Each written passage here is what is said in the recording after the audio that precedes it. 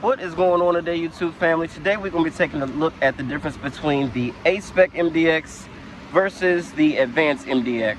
We're going to go around the exteriors of the vehicles, go over all of the obvious differences versus some of the more hidden features, go over all the differences there as well as pricing. So make sure you like and subscribe and stay tuned, and I will catch you in one second. Start this off with pricing. So this vehicle stickers for $61,745. This A-Spec trim with the white paint, which is a upcharge color as well. So that is the most expensive that it will get for this one. This is a 2023 model. The 2024s I think are a little bit more, but $61,745 for the A-Spec. And then let's walk over to this Advance, and then you'll be looking at a sticker price of $65,295. This black paint is also an additional upcharge color. So a little under $4,000 there between the two, and we're going to go over the differences and see if it's worth spending the extra money over this particular model here. Starting off from a visual standpoint, you'll see lots of chrome, lots of bling on the Advanced trim, and this is a lot more subdued, a little bit more subtle with the black trim. You see that same greenhouse outline is going to be done in chrome, as well as the side mirror and the little part that connects to the quarter panel. You do have the signature mark down there as well. That's going to also be, the side is going to be in chrome, versus down here on this one you can see it's got the gloss black strip. You'll also get a set of slightly darker headlights and tail lights, and then the chrome surround down here. Alrighty, and then the chrome surround down here becomes black, gloss black, up underneath those LED fog lights that come standard on both of these models. Now, wheel and tire setup, these are called the diamond cut 20s. So you get the diamond cut 20s on this one, and then you get the shark gray sort of starfish pattern with the A-Spec. So let me know down in the comments which one you prefer. From the outside, I actually don't mind the chrome of the Advance. I think it looks classy. It actually looks pretty nice. But for me, you guys know my car is an A-Spec. I do like a blackout trim. I do like dark wheels, things like that. So aesthetically, I think I might go for this one. But what they need to do is combine these two models and make an A-Spec Advance. That would be absolutely amazing. And then it would have everything I want on both ends, features and aesthetics. But for now, you got to pick between the two. And yeah, that's pretty much where we are. Again, just under $4,000 difference between them. We've sort of gone over the exterior differences because that's about where it ends, chrome versus gloss black. Of course, you get the A-Spec badge, the different design of wheels, but the tires are the same. You get the same exhaust. It's not like they did a black exhaust on this one, which I really feel like they should have done black tips on this here. That would have looked really nice to kind of keep going along with that sporty theme. But now let's go ahead and hop inside, and we'll start to really get into the differences. So starting off with the Advance here, with this model, and I'm gonna hop in because it's hot. With this model here, I do have, if you can't see it, there's a head-up display. It's going to be a 10.5-inch head-up display that is not available in that A-Spec over there. Also comes standard on this vehicle, heated steering wheel. That can be added to that model, so if that's one of your big selling points or big features that you have, you can have that steering wheel added, and it will still be an A-Spec design, flat bottom, all those good things. And then you do, on this model, you have automatic wipers, which that one has as well. On this one too, you're going to get the full leather treatment, which is going to be the really soft Milano leather that they do on the dash and on the doors. You get the open pore wood trim here. Aluminum speakers are going to be the same on both models. This is what changes up here. Gloss black, piano black trim still carries out throughout the same places, but where the differences really are going to start with this vehicle are going to be on the steering wheel, like I said, the head-up display, as well as the key fob. So you can buy this key fob for that model over there too, but this one, as you see, has remote start already built in. Both of these vehicles have remote start. That one just forces you to use your phone if you don't buy the key.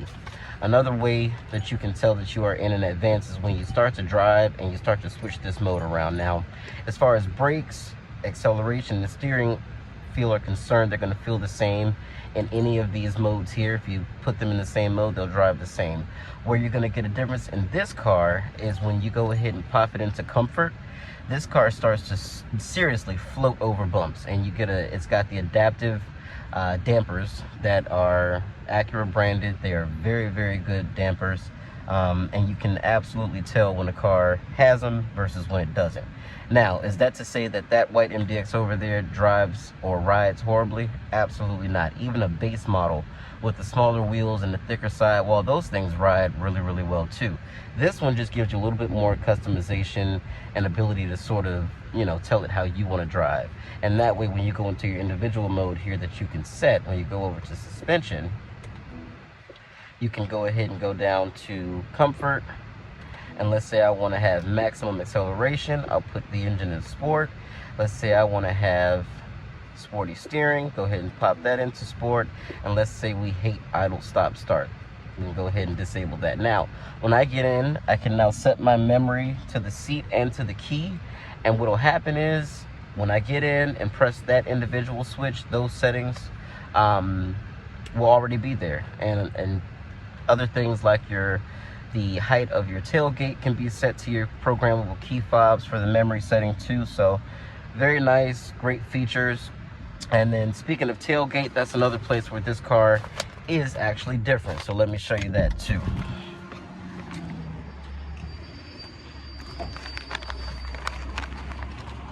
So this one does, of course, I'm just gonna make sure I have the key out. And it does have the kick function. The differences back here are going to start right over here to your left. So this is where you'll see a button that looks like a little person. It's got an arrow pointing down. What that is your smart walkaway feature, which the other vehicle does not have standard. So that allows me to grab all my stuff out of here. I can press this while I grab my stuff, and then I'll go ahead and walk away so that I don't have to drop anything or reach for my key or reach up for the button on the tailgate. And it'll just go ahead and close. Let's go ahead and show you what that looks like. So now I got the keys in here, and I'm just gonna walk back, and you'll see that it closes on its own. I didn't press anything. And again, now you can add that feature. So Acuras are very customizable with their own stuff. If you decide that that's a feature that you have to have, the smart tailgate can be added to this vehicle as well. Now, once you start adding a bunch of this stuff, that's where you're gonna start to see maybe I should just buy the Advance, because by the time you add the parts and the taxes and labor to install them, you will find that it comes out to be more expensive to deck that out than it is to just buy this the way that it is. Back here, you will also find a little bit different. You have a household style plug outlet down here.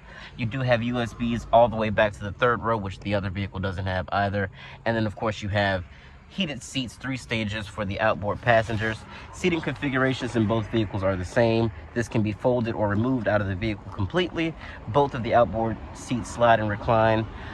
So again, that's going to be the same. Sunshades are standard in everything from the tech package and up. The base model is the only one that doesn't get it, as well as the iconic ambient lighting system. Now, this is standard in everything tech and up as well. However, it is enhanced in this vehicle. So it comes out of the dashboard, comes out of the bottom of this little piece on the door panel on both the front and second row, or the first and second row.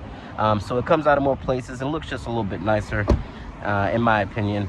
But let's go ahead and hop in the A-Spec so we can see some of those differences too. Now, like I said, with that window treatment being black, that does carry out to this little piece that extends onto the quarter panel. When you open up the doors, you'll see you got aluminum trim instead of the open pore wood. And then red stitching is going to be the theme for this one because it is considered the sport model.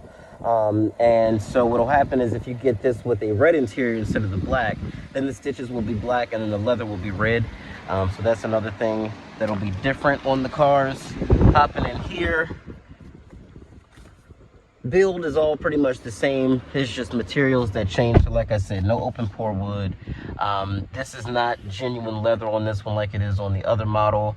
And then again, you have the aluminum going across here. things like that. Now, when I switch this dynamic mode system, you see all the systems or all of these settings are still the same. I can go into here, press and hold, and do my individual mode. However, what happens is, if I go to suspension, this is actually not going to adjust anything because there are no adaptive dampers on here.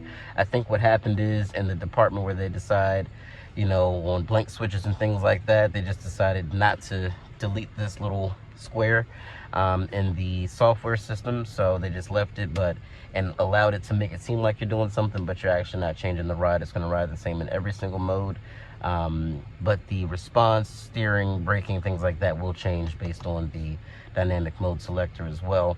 Same, like I said, piano gloss black that goes across. Both vehicles do have automatic heated and cooled seats, which is nice as well. That vehicle also has the multi-contour, which allows me to adjust the side bolsters on the seats, as well as the thigh extension and the four-way lumbar, where this vehicle just has the four-way lumbar. As you can see, the 1, 2, 3 and set on both sides, like that one too. Memory seats on both sides, which does correspond to the keys. So like I said, you can set up a lot of the things like your individual mode, things like that, and then it will set to the key, the tailgate height, all those things. You can set that to the key. Very convenient. Like I said, with the A-Spec model, you're going to get the red contrast stitching, you're going to get the perforated leather on the sides, you're going to get the flat bottom steering wheel, as well as the A-Spec logo in there as well. No button for your heated steering wheel. Like I said, you can add that as an option if you want to. The magnesium or metal plated paddle shifters back here versus the black plastic ones in the Advance, because they figure the person in the Advance is not even going to use these. This person might, so let's make them a little bit more noticeable. Automatic wipers are still the same. Automatic high beams. Both of them come with Acura watch, full safety suite. So you're looking at adaptive cruise control, full speed adaptive cruise control, traffic jam assistance, lane keep assist, road departure mitigation, pedestrian detection, all those things, blind spot monitoring, rear cross traffic alert, automatic emergency braking front and rear. You do have those things on this vehicle. So wireless charging, wireless Android Auto, Apple CarPlay, Amazon Alexa. It's going to be standard in all of them, even from a base, which is really nice. They all have these really cool, nifty, hidden charge ports, which is nice. All have the same selector for the 10-speed transmission. And then, again, with the MDX, everything that should be a button or a knob is. My volume is here, my seek and tune is here, my heated seats, cooled seats, climate control, it's all there. I don't have to fuss around with a menu system and find my seats and find all that stuff. Everything that should be a button is a button. So very good job on that. Nice blend of you know, tactile buttons, as well as, you know, sort of upgraded technology and things like that. So it's very modern in here, but it's also very easy to sort of just get right into it and sort of just sit down and know exactly how everything works. Makes it very easy. I got my power folding mirror switch here, which these are automatic, so whenever you lock the car or unlock the car, they will either fold in or unfold based on, you know, if you lock the car, they're going to fold in. If you unlock the car, they will obviously fold out. So same sound systems, to have the same 16 speaker ELS 3D studio system with the speakers that go all the way out throughout the roof. Panoramic roof is standard on every single model. Does have Acura Link. You do have the LCD widescreen display for your gauges as well. So no MDX is badly equipped at all, but these are the two that we seem to sell the most of. People like the aesthetics and look and the cooled seats feature of the A-Spec, and then you have people who demand all the extra luxury that the Advance has. The Advance also has a 360 camera, which allows you to zoom in on the wheels too. When I get out of this, I'm gonna hop back over in that one and show you that as well. But yeah, we've pretty much covered all the basic differences. Like I said, back seat configurations are all the same as far as seating and arrangement, and versatility is all the same. These seats back here are not heated. And it's also going to be missing that household style wall plug outlet in the second row. I'll show you that real quick too. So as you see, it's blank back there, nothing there. And then the seat heaters are blanked out too, because these are not heated. Like I said, foldable, removable. Third row's got 2 seats, no USB ports back there. So all that is pretty much going to be the differences between these two models. Let me show you the camera. Let me show you the camera on both, so you can make a decision to see if it's worth the just under $4,000 difference. So that's reverse here. It does show up a sort of BMW old school style sensor graph is what I call it.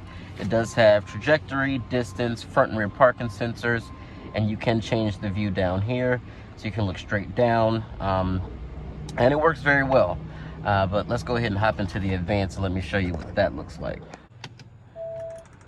So that's the camera for the Advance. So you see you got a nice top-down 360 view as well. The resolution seems to be just a little bit better. And then also this works going forward as well, up to 15 miles an hour. So if I press that, hey, I'm looking right at the front end of the A-Spec there. And then if I press it again, that's gonna move it over to the wheel. So I can actually see how close I'm getting to the curb or anything like that. So that's a nice feature to have as well. Press it again, it goes off. But yeah, guys, that's pretty much the differences. You're gonna get the leather trim fully throughout the interior of this vehicle, heated steering wheel, remote start on the key fob, head-up display, 360 camera, heated back seats, wall style plug outlet in the second row, USB is all the way to the third row. You'll get the kick sensor standard for the smart tailgate. You'll get the smart walkaway feature that's paired with that. This one, you get the same tires on both models, just difference in aesthetics with respect to look, as well as you're going to have the difference with the black trim versus the chrome. So it really is just going to dictate, your purchase is going to be dictated by your personality. So if you are more of a sporty person and you don't want to step all the way up to the Type S, and because you don't need the extra features, performance, whatever the case may be, then the A-Spec will fit the bill for most people, and I think it would fit the bill for me too. But if you have come out of a vehicle that has a 360 camera or heated back seats or remote start on the key fob, or there's just or a head-up display, and you just absolutely cannot live without it because head-up display cannot be added to any of the vehicles, then this will definitely be the one that you go for. And either one you get is going to be an absolutely phenomenal car. So hope you guys enjoyed the review on the differences between the two models, and let me know in the comments what you think about it, and you know which one you would end up taking home and putting in your garage. Thanks so much for joining me, and I'll catch you in the next one. Peace out.